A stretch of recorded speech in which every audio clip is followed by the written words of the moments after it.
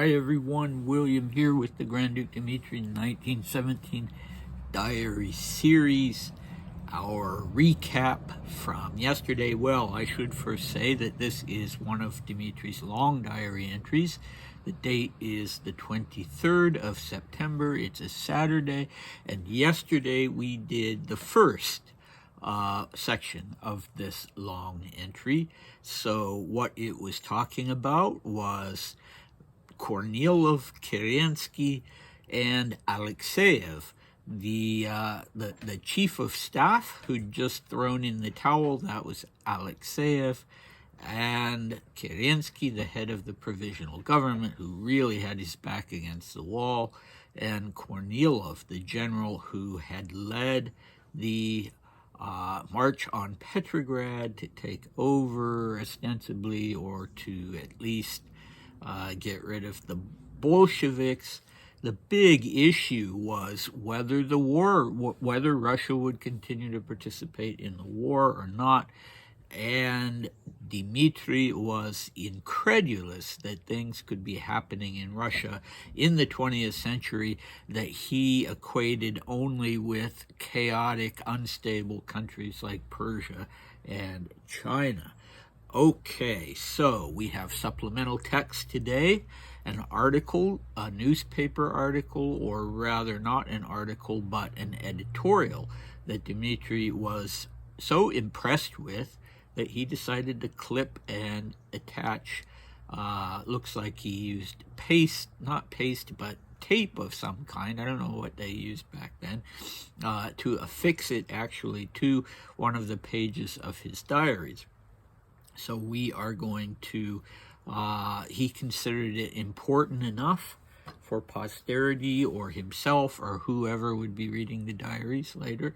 So we are going to read it as well, quickly.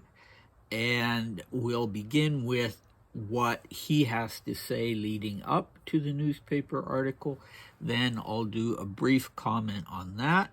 Then we'll do the article itself and his closing comments on it. So if you keep listening through the whole thing, through the article itself, I think you'll be glad you did, because it's really expressing his own opinion on matters. Okay, so let's get going.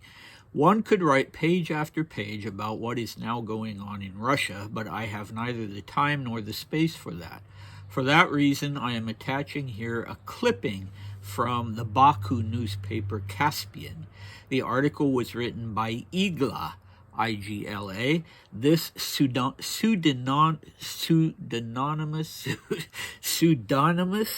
author, sorry about that, writes outstandingly. Apparently, this is a smart, patriotic person who looks reality directly in the eye, not hiding like the majority behind loud phrases about saving freedom in the Great Russian Revolution, forgetting that Russia is perishing so that no trace will remain of the notorious gains of the revolution. And the words cited by Igla in his article were actually spoken. I myself read the speeches of both Minister Prokopovich and General Alexeyev. The latter said more. He declared that he was leaving the Chief of Staff post for 3 reasons. First, because we have no army and we don't have the strength to resist a German offensive. The second reason, Kornilov. These thoughts of Alexeyev I already spoke about earlier, and the third reason for his departure, the grave plight of the officer martyrs. One's hair simply stands on end reading the words of this general, who in those March days, I am deeply convinced, took an active part in the abdication of the emperor and the actions of the Duma and Radzianko. I am certain that many blank to this. So the blank is actually 2 words that I was unable to decipher. Okay, so let's take a look. I don't know of this newspaper, Caspian. I don't know if it was a newspaper of long standing or if it was one of the many that sprang up after the events of the abdication and the February Revolution. But it was published apparently in Baku, which was, if you remember your World War II history, the place that in Central Asia, Azerbaijan, that the Germans famously abandoned the siege of Moscow for, instead of taking the center, they decided to postpone that and try to rush to the oil fields in Baku, and that turned out not so well, thank heavens. Okay, so yeah, this is, Dmitri's a clever chap. He's a smart chap. He's saying, what good are these gains of, say, social equality and that sort of thing if they're just, swept away by the revolution itself. There's a revolution to bring about these things, but the revolution is going to destroy these things, and no trace will remain of those gains. He's absolutely right. We know that.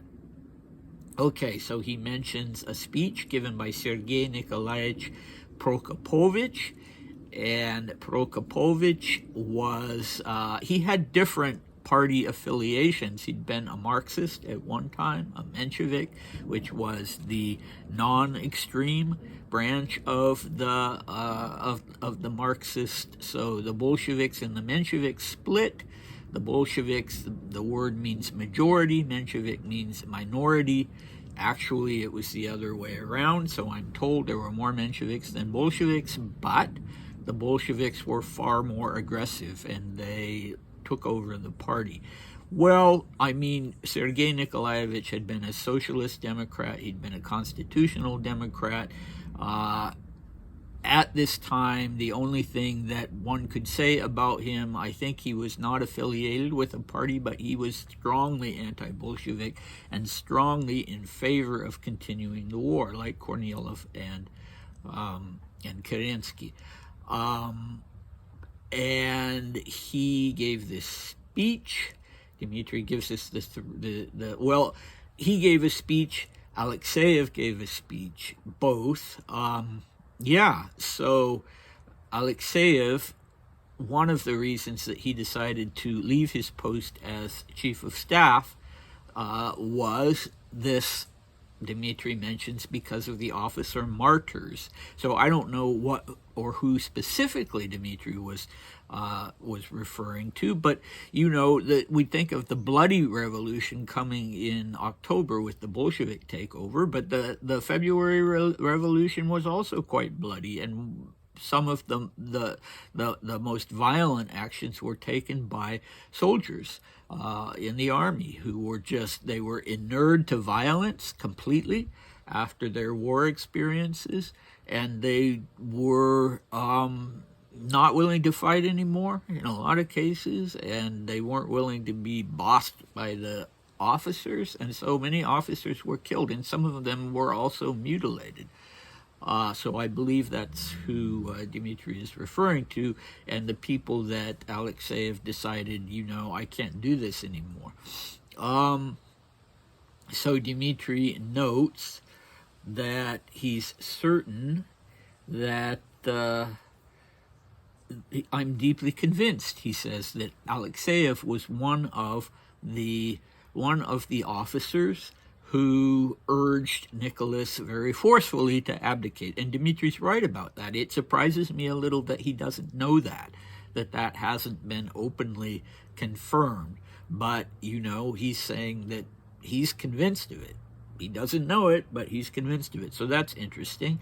Prokopovich. I wonder if Prokopovich could actually have been Igla, because he had connections to Baku. He'd lived in Baku.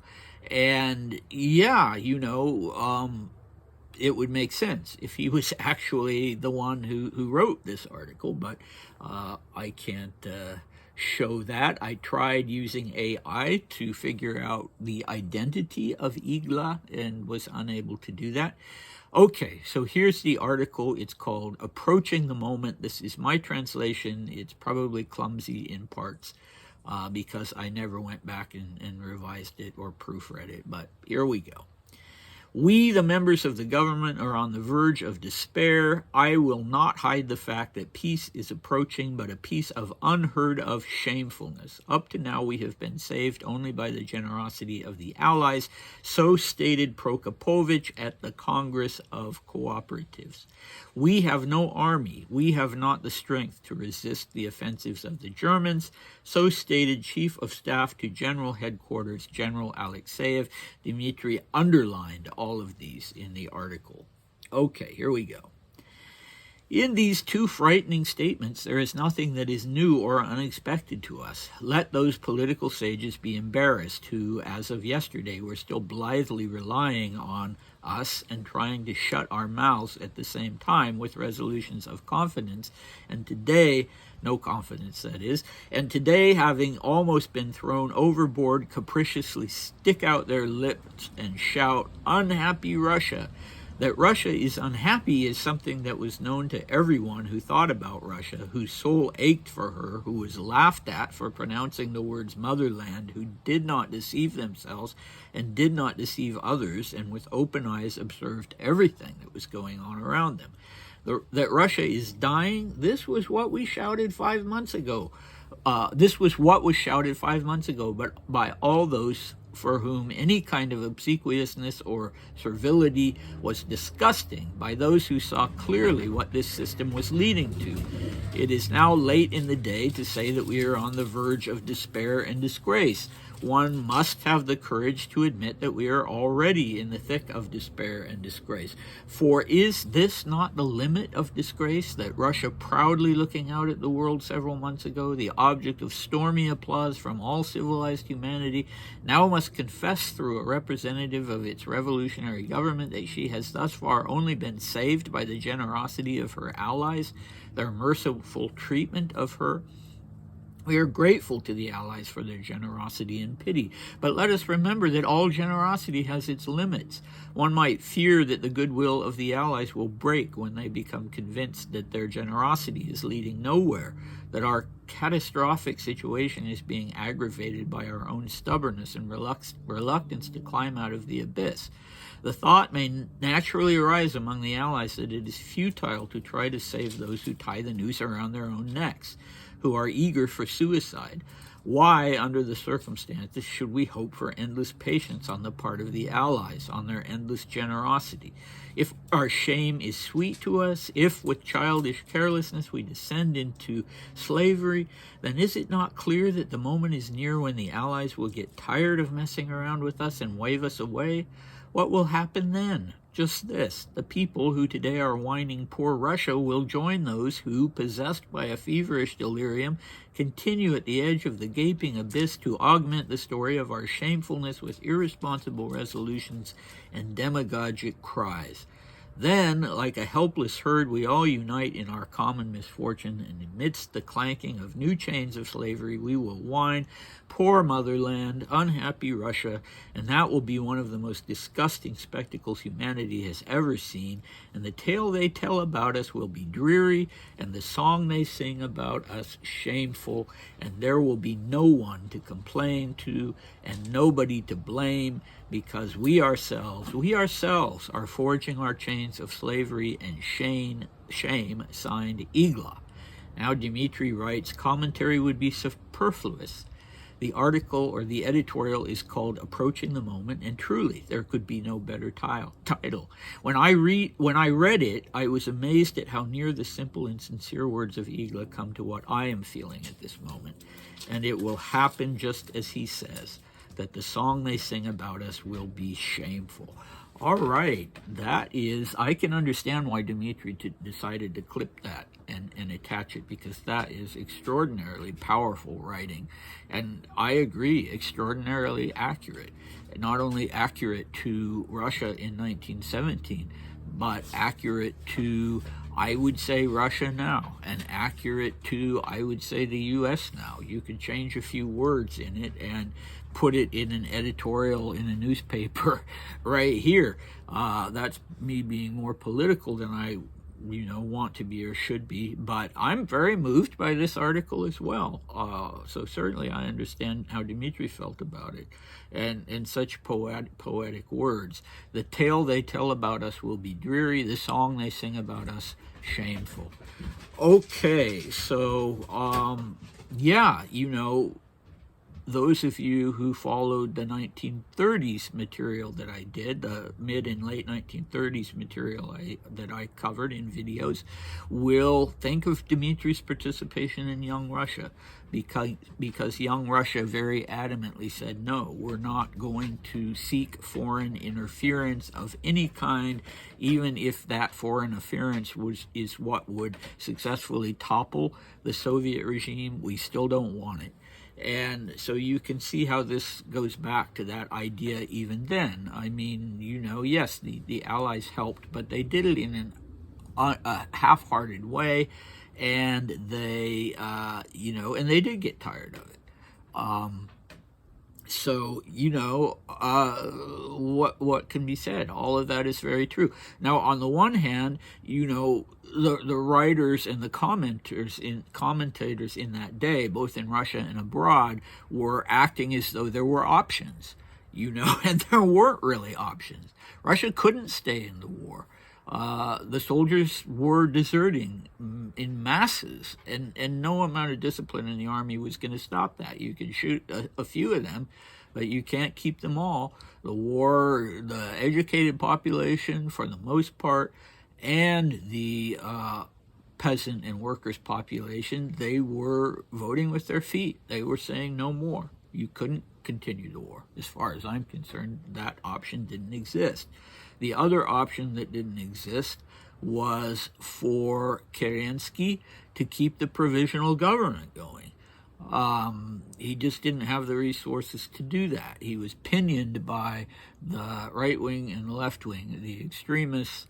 And the bourgeoisie just wasn't going to be able to come in and smooth everything over. So, a lot of the revolutionaries on the Menshevik side and people like Igla, whoever he was, were saying, hey, wait, the Bolsheviks have the wrong idea. If they're Orthodox Marxists, they should not be trying to do this, because Marx' idea of a predetermined plan of history is that first you will have the revolution, you will have the evolution, you could say, from feudalism to monarchy, non-feudalistic monarchy. Then you will have the takeover by the bourgeoisie. And Russia hasn't had the takeover by the bourgeoisie. The bourgeoisie is this tiny blip on top of this vast sea of not very highly developed peasants.